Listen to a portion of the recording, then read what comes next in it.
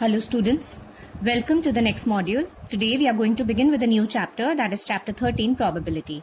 We all are aware of the term probability, that is the possibility of occurrence of any particular event, right?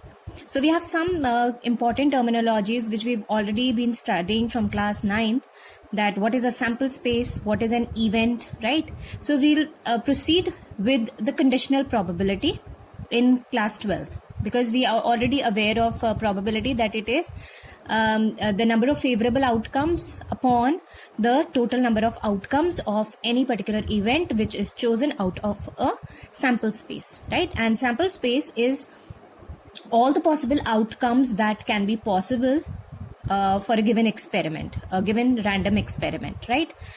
So let's begin with conditional probability. What is a conditional probability? The probability of occurrence of an event E if event F has already occurred. For example, we have two events out of a sample space.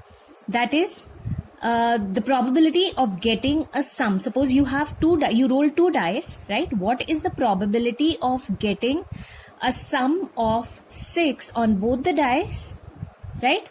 From both the dice, what is the probability of getting a sum 6 such that the second dice shows an even number? So such that that particular condition is applied, and that condition is that has already occurred. So we have to find out the probability of getting a sum 6 such that the second dice bears an even number, right? So this is how we are going to find out the conditional probability. The formula for the same is P by F. Suppose E and F are two events and these events are chosen from a sample space. We have to find out the probability of event E such that event F has already occurred. So we read P by F as probability of E such that F has already occurred is equal to the intersection, the probability of intersection of the two events divided by the probability of the occurred event. That is the condition that is applied, probability of that, right? It will become gradually clear once we take up examples for the same. Let E and F be events of sample space S, that is S be the sample space when two coins are tossed. So we take a sample space S such that the given experiment is tossing of two coins. So E is the event.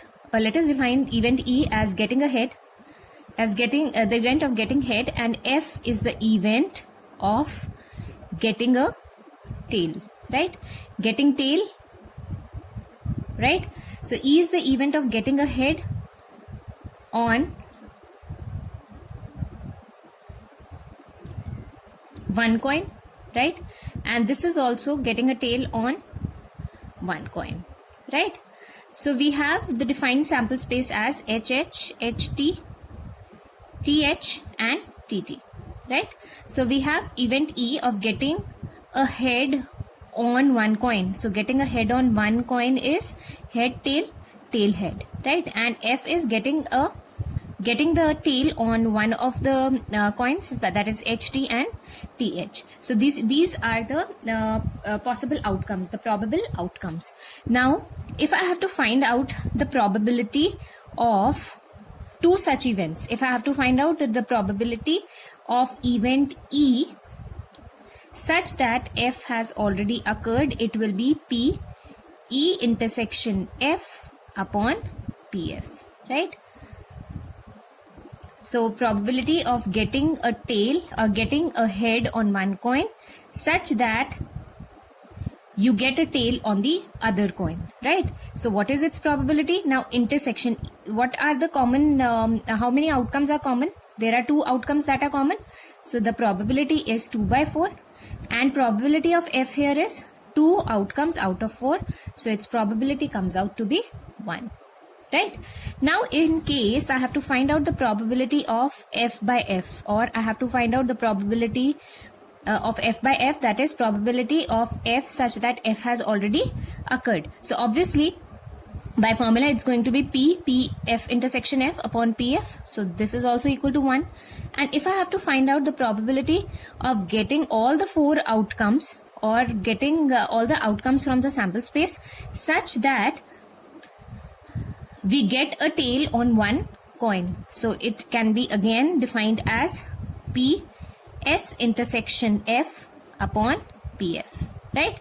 And what is this equal to? PS intersection F will be S and F. If we find out the intersection of the two, it will be again 2 by 4 because two favorable outcomes are common, and PF is also 2 by 4, so this also comes out to be 1. So we can conclude from here that PS by F and PF by F are equal in this particular case, right?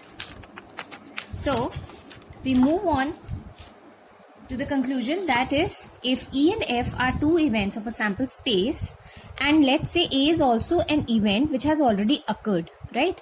Now E union F, such that you have to find out the union of the probability of occurrence of both the events such as A has already occurred. So remember, we had done the formula of PE union F. It will be the same, that is PE plus PF minus PE intersection F. But the condition will also be applied here, that is PE by A plus PF by A minus PE intersection F upon A. So these are certain, these are certain properties, we can say, of probability, which conditional probability, which will be applicable here.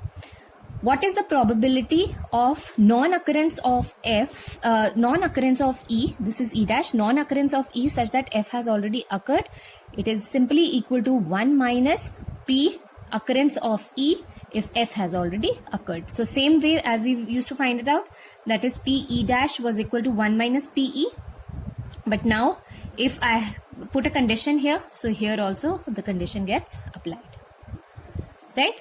So let's begin with the question number 1 of exercise 13.1, right? So the very first question of this exercise is, given that E and F are events such that E is PE is 0.6, PF is 0.3 and PE intersection F is 0.2, find PE by F and PF by E. So PE by F, simply it's PE intersection F upon PF, and likewise PF by E is PF intersection E upon PE. So these are the formulas. We'll simply put the values and calculate the probability. There is nothing much in such a question. Question number 2 is same as question number 1. You have to just simply put the values and calculate.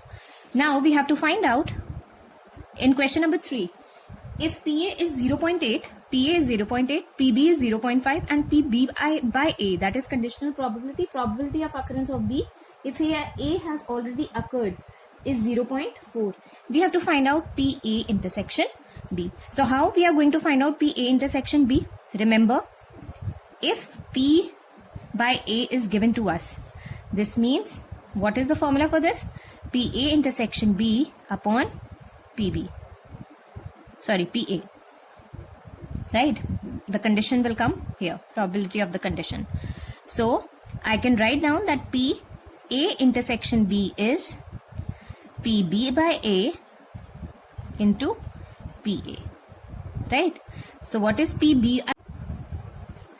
Okay, so PB by A in this case is 0.4, that is 0.4 into PA. PA is 0.8, so this comes out to be 0.32.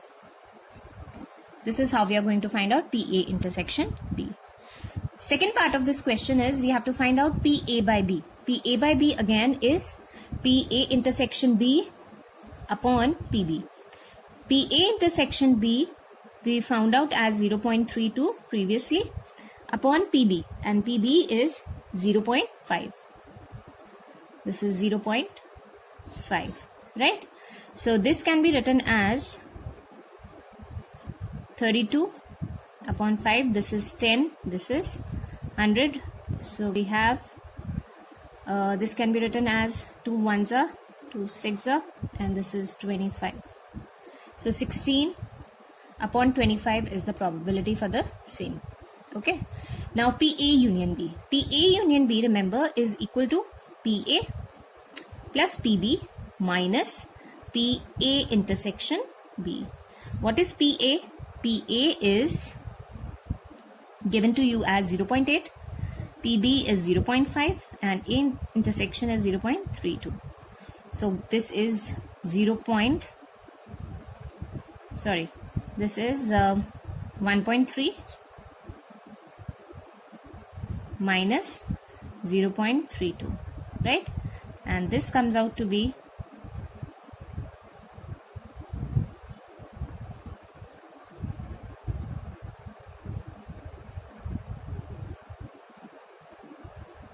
this comes out to be 1.3 minus 0.32, so that's 8, and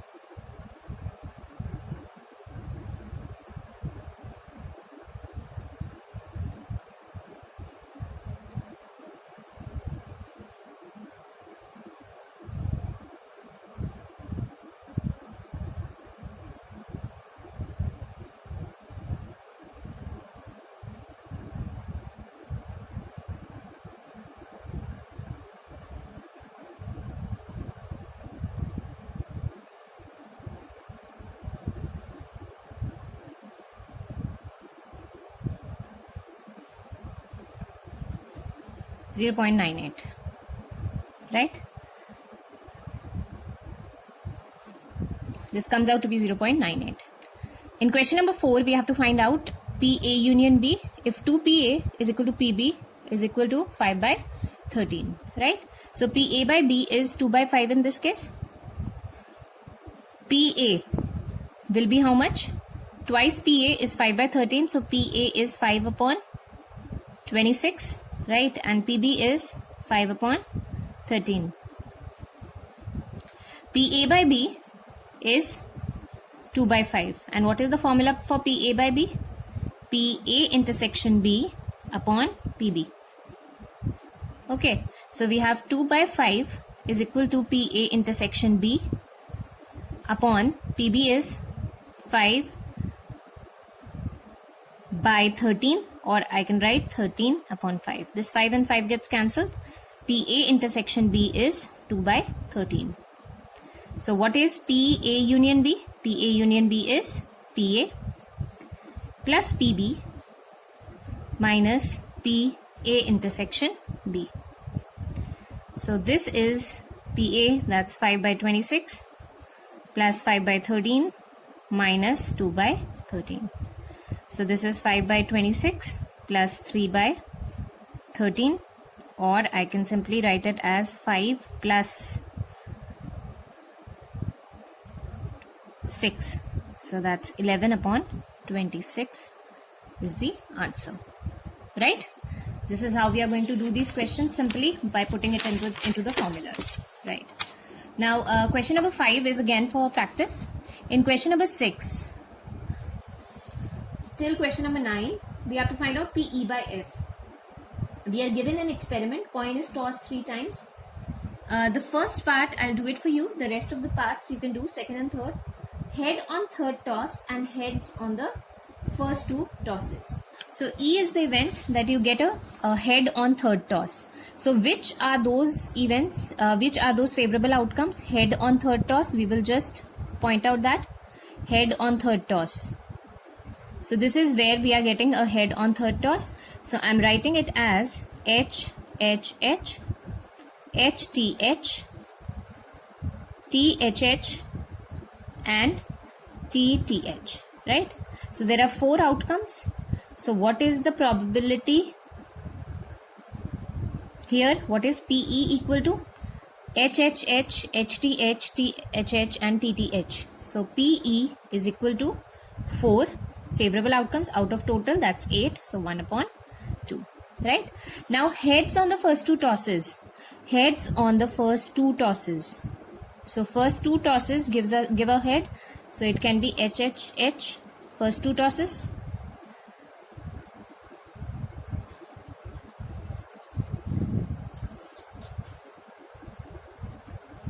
Then we have head on the first 2 tosses, so it will be not HHH, it will be HHT, first 2 tosses. Then any other? None other, so that is it. HHT, and we can include HHH also because we have heads on first 2 tosses, right? So we can include this as well. So head on first 2 tosses. First 2 tosses पे तो है, third में we are not sure whether it can be or it cannot be. So if I find out P E intersection F only, so what is the common output between the two? The common outcome is H, right? So this is 1 out of total 8. Okay, so if I have to compute PE by F, it should be PE intersection F upon PF, right? So it is 1 by 8 upon PF. What is the probability of F? 2 favorable outcomes out of 8, that is 1 by 4, or simply I write 2 by 8. So it comes out to be 1 by 2. This is how we are going to do such questions. I hope it's clear.